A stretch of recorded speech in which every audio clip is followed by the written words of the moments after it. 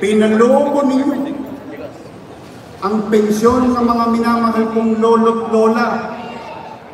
Dinoble ninyo. Kailan? Sa kasagsagan ng kampanya. 940 plus million ginawa niyong 2 beses. Saan pupunta? Saan tutungo ang syudad?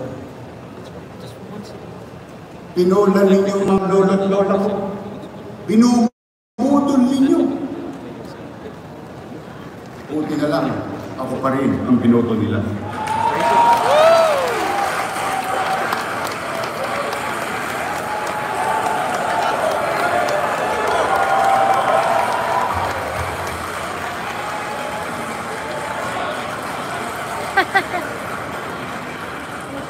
Sa aking mga minamahal na lolo't lola, mga nanay, tatay, buong kapamangdo, maraming salamat sa pagtitiwala ninyo. Atlas lang yan.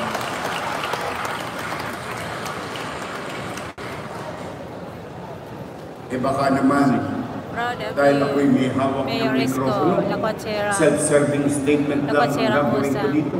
Hindi Thank po. you so much. Ako ang magiging tapat at totoo. Like and subscribe po. Yes.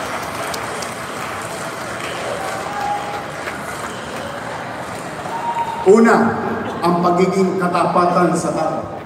Kung kayo ay may iniwang bayarin, ako po may inutang. Na minsan hindi ko pinubli. Ang masakit, kasama ko kayong nangutang nun. Pero, pagamat ako'y nangutang, tayo'y nagtatag ng matagal ko ng pangarap. Irma Alfonso, Dr. J, Edward Tan, Lenlet inabot pa to, Che Bormeo, Lou Biloso, mga matatagal ko ng kasama. Alam ninyo, sa puso't isipan ko, noon pa man pangarap ko na mamigay ng lupa at pabahay.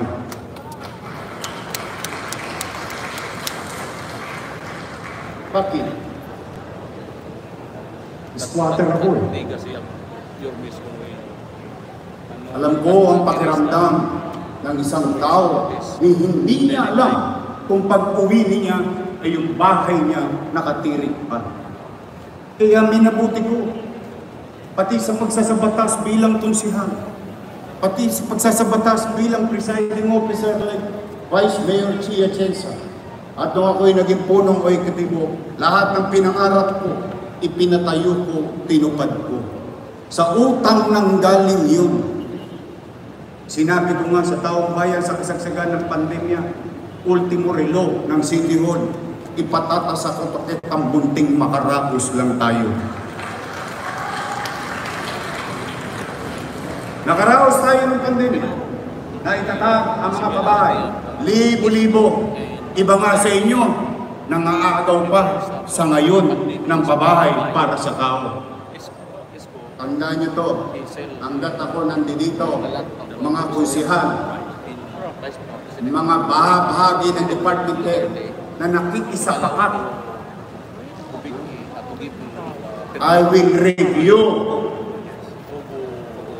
all those beneficiaries. And yesterday, I heard something very bad. At 30 na, mayor na ako, may tumitira pa ng 12-50 para ma-award lang sa isang benepisyaryo ang pabahay ng lungsod na ginawa natin. Wala na nga kayong ginawa, ipinamimigay nyo pa sa may pera. Yan itinisinyo para sa walang masisilungan. Hindi, dahil staff ni Congressman. Para kayong laging nasa kusina. Nakalimutan nyo na ba? Your purpose. The day that you decided to join public service, not service to yourselves. Alam niyo malapit sa akin, yung pabinabago niyo. Kung sino man sila, panagutin ko sila. And today, I directed Secretary Letlet Sarkar to have the award to investigate those mga gifted child.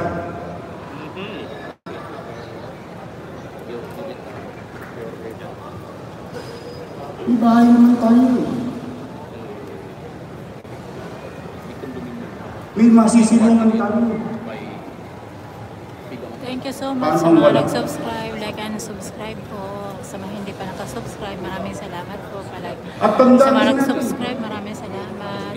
Sa mga hindi pa yan ay nag-subscribe, hindi subscribe po. Thank you. ipinangutang na ang tanging dahilan ay pagbayari galing sa lumang income.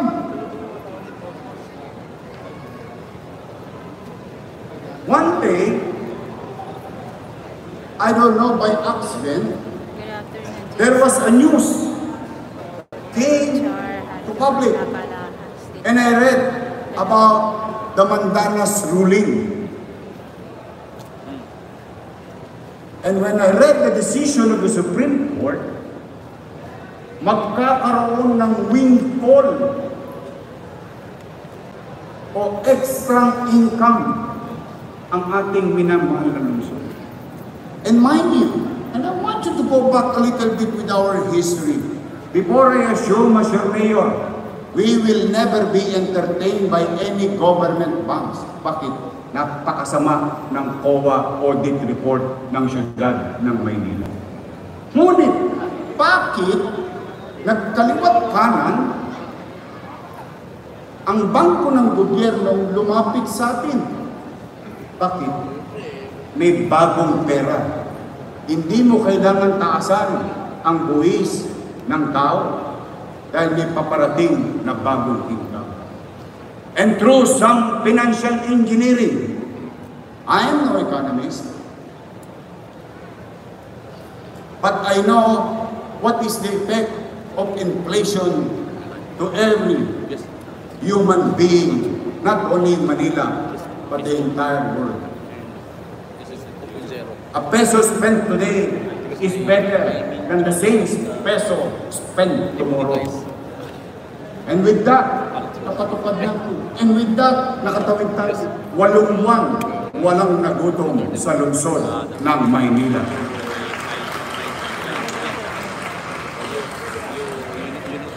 Pangalawa, aaminin ko rin sa inyo. Binanggit ko kanina, may deficit din sa panahon ko. Hindi ko pwedeng ikupli. Sabi ko nga sa inyo, yan ang tapat at totoo.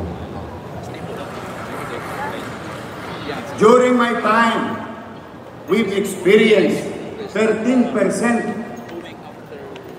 and 19% at the height of pandemic. Partida pa, pandemic pa. Bakit gano'n? Ibig sabihin, may tiwala ang mamamayan. Pagamat hirap sila, nagsipagbayad sila ng obligasyon sa ating minamahal. O kayo, wala na kayong pandemya. Thank you so much. Palike and subscribe. And your deficit is amounting to 36 to 39%. What kind of fiscal management is that? And again, I am no economist.